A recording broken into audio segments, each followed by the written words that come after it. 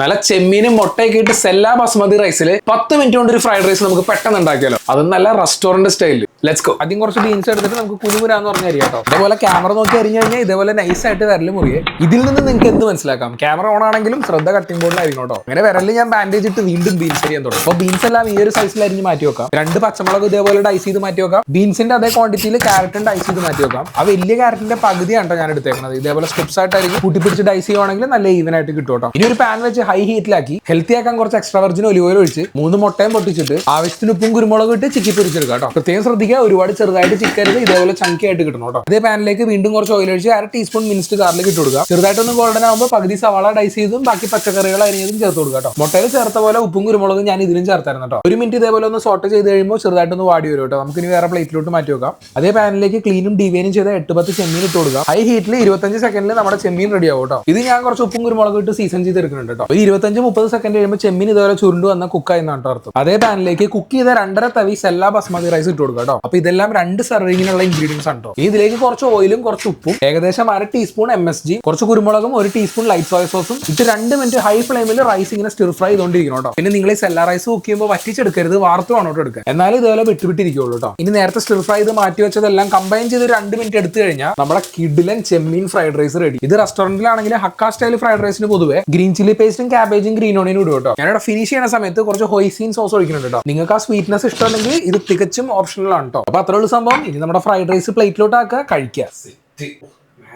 എടുത്തിട്ട് ചെമ്മീനൊക്കെ നല്ല ജ്യൂസി ആയിട്ട്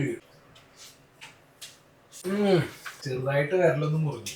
ചെറുതായിട്ടല്ല, കുറച്ചധികം മുറിഞ്ഞു. എന്തായാലും ഒരു മസ്റ്റ് ട്രൈ റെസിപ്പി ആണ് കേട്ടോ. ഹോയ്സിൻ സോസ് ഒക്കെ നിങ്ങളുടെ അവിടെ കിട്ടുവാണെങ്കിൽ ഒന്ന് ട്രൈ നോക്കിട്ടോ. നിങ്ങൾ ട്രൈ നോക്കിയിട്ട് ഫീഡ്ബാക്ക് കമന്റിൽ ഇട്ടോ. അപ്പൊ പുതിയ റെസിപ്പി ആയിട്ട് നമുക്ക് അടുത്ത വീഡിയോയിൽ കാണാം. അപ്പൊ ശരി.